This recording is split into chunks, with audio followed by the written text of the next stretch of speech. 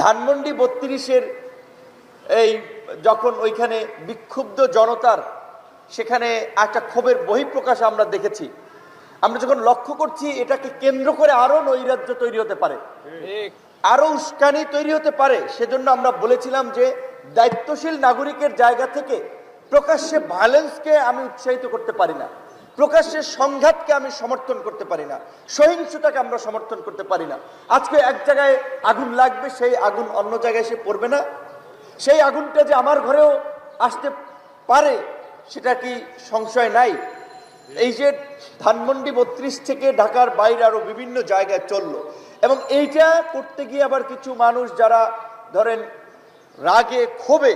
এই ফাঁসিবাদের প্রতি ঘৃণা প্রকাশে সেখানে গিয়েছিল, তারা অনেক আহত হয়েছে, দুই এক জায়গায় আবার মানে দেখা যায় মারামারি লেগে গেছে। তো আমরা ৫ই আগস্টের পূর্বে